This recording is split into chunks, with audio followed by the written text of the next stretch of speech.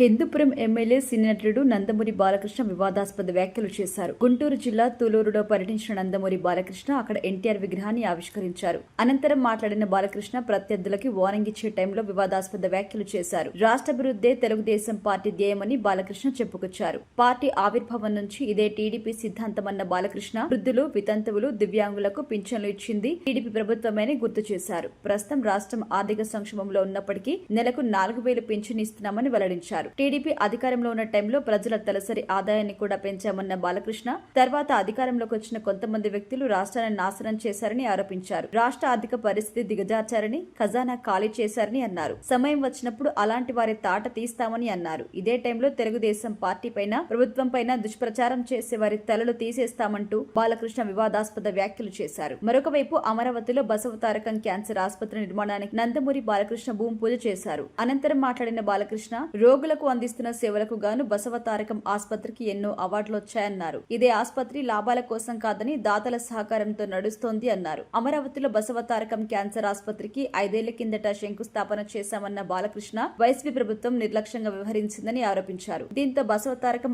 ఆసుపత్రి నిర్మాణ పనుల్లో జాప్యం జరిగింది అన్నారు. రాష్ట్రంలో కూటమి అధికారంలోకి వచ్చాక పనులు మొదలు పెట్టామని, అందులో భాగంగా ఆసుపత్రి నిర్మాణం కోసం భూమి పూజ చేశామన్నారు. మరోవైపు క్యాన్సర్ చికిత్సను తక్కువ ఖర్చుతో అందించాలని తన తల్లి కోరిక మేరకు బసవతారకం ఆసుపత్రి ద్వారా అత్యున్నత వైద్యాన్ని అందిస్తున్నామని తెలిపారు. అమరావతిలో బసవతారకం క్యాన్సర్ ఆసుపత్రి నిర్మాణం మొదటి విడతలో 750 కోట్లు ఖర్చు చేస్తున్నట్టు బాలయ్య తెలిపారు. ప్రపంచవ్యాప్తంగా ఉన్న తెలుగువారు, దాతలు ఇందులో భాగస్వాములు అవుతున్నారని, 2028లోగా మొదటి విడత పనులు పూర్తి చేసి ఆసుపత్రి సేవలు అందుబాటులోకి తెస్తామని బాలకృష్ణ తెలిపారు. క్యాన్సర్ రోగులకు చికిత్సతో పాటుగా క్యాన్సర్ మీద పరిశోధన జరిగేలా ఈ ఆసుపత్రిలో సౌకర్యాలు కల్పించబోతున్నట్టుగా నందమూరి బాలకృష్ణ వెల్లడించారు.